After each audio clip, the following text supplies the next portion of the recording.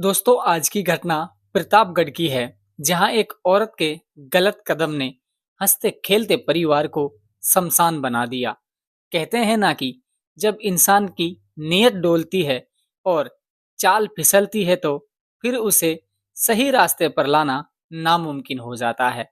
आज की ये कहानी कुछ ऐसी ही कहानी है। आज की ये कहानी एक ऐसी ही शादीशुदा महिला की है जिसकी बेवजह की ख्वाहिशों ने न जाने कितनी जिंदगियों को राख कर दिया। ये वाक्य आपको सोचने पर मजबूर कर देगा।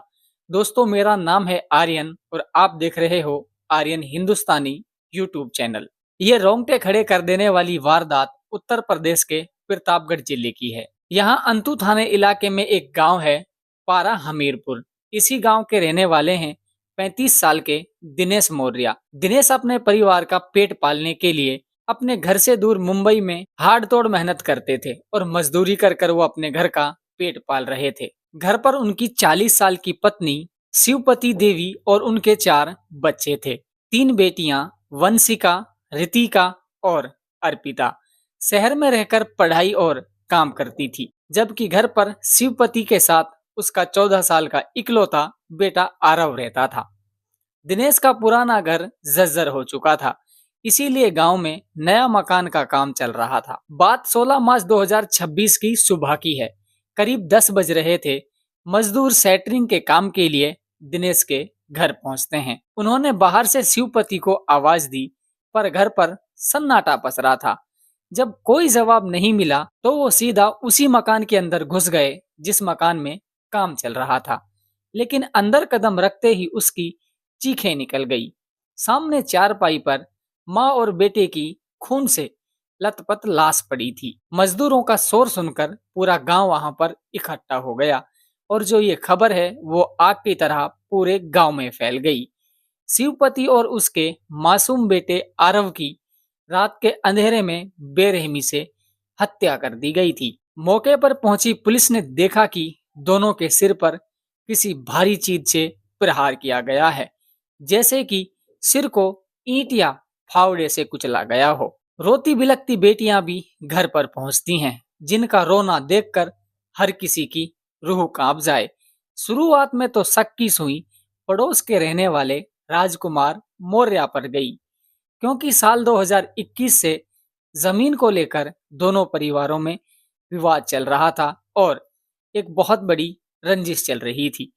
तभी बेटी वंशिका के कहने पर पुलिस ने राजकुमार और उसके साथियों को उठा लिया, लेकिन कड़ी पूछताछ और जांच के बाद भी पुलिस के हाथ में कोई पुख्ता सबूत नहीं लगे। 2 दिन बीत गए। पुलिस उलझन में थी कि अगर राजकुमार का हाथ नहीं है तो फिर कातिल कौन है। तभी पुलिस ने अपना नजरिया बदला और शिवपति देवी के मोबाइल की कॉल डिटेल्स खंगाली। यहीं से कहानी ने एक बड़ा मोड़ ले लिया। पता चला कि शिवपति पिछले 2 साल से अपने ही एक दूर के भतीजे रण बहादुर मौर्य से घंटों घंटों बातें करती थी। आखिरी कॉल भी उसी का आया हुआ था। जब पुलिस ने गहराई से तफ्तीश की तो जो केस की परतें हैं वो खुलती हुई चली गई। पता चला कि जिस रण बहादुर ने वंशिका को राजकुमार पर इल्जाम लगाने के लिए उकसाया था वही कातिल निकला। असल में ये खौफनाक खेल 2 साल पहले शुरू हो चुका था। तब दिनेश मुंबई में रहते थे, तो उन्होंने घर और मकान की जिम्मेदारी अपने भतीजे रण बहादुर को सौंपी हुई थी। इसी दौरान चाची और भतीजे के बीच में मर्यादाओं की सारी दीवारें गिर गई और उनके बीच में अवैध संबंध बन गए। रण बहादुर को लगता था कि चाची सिर्फ अब उसी की है, वो उसके खर्चे भी उठाता था, लेकिन शिवपति की फितरत कुछ और ही थी। उसका अफेयर किसी और लड़के के साथ में भी शुरू हो गया था।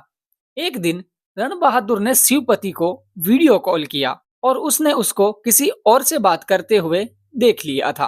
पहले तो शिवपति ने उसे होने वाला दामाद बताकर बात टाल दी, पर रण बहादुर का शक गहराता गया। जब उसे यकीन हो गया कि उसकी चाची उसे धोखा दे रही है तो उसके सिर पर खून सवार हो गया। 15 मार्च की रात वो चुपके से शिवपति के घर पर पहुंच जाता है। फिर वही मंजर देखता है। शिवपति किसी और से वीडियो कॉल पर लगी हुई थी। बस फिर क्या था, गुस्से में अंधे होकर रण बहादुर ने पास पड़ा फावड़ा उठाया और शिवपति के सिर पर दे मारा। शिवपति की मौके पर ही मौत हो गई। माँ की चीख सुनकर बेटा आरव बाहर आया। अब खुद को बचाने के लिए उस जालिम ने उस मासूम बच्चे को भी नहीं बख्शा। उस बच्चे को भी उसने फावड़े से काट दिया और उसकी भी हत्या कर दी। अगले दिन खुद को बेकसूर दिखाने के लिए उसने ही मजदूरों को बार बार फोन कर कर घर भेजा, ताकि लाश दुनिया के सामने आए और शक दूर हो जाए। लेकिन कानून के हाथ बहुत लंबे होते हैं। पुलिस ने कड़ाई दिखाई तो रण बहादुर ने अपना गुनाह कबूल कर लिया। आज वो सलाखों के पीछे है और एक हंसता खेलता परिवार उजड़ चुका है। दोस्तों, इस घटना पर आपकी क्या राय है? अपनी राय हमें कमेंट बॉक्स में कमेंट करके जरूर देना। इस कहानी को सुनाने का मकसद किसी को पर्सनल टारगेट करना नहीं था, ना ही किसी की भावनाओं को आहत करना था। इस कहानी को सुनाने का मकसद सिर्फ और सिर्फ इतना सा था कि हम आपको जागरूक करना चाहते हैं, सचेत करना चाहते हैं। अब आपसे मुलाकात होगी कल किसी और नई सच्ची घटना के साथ। तब तक के लिए आप अपना ख्याल रखिएगा। धन्यवाद।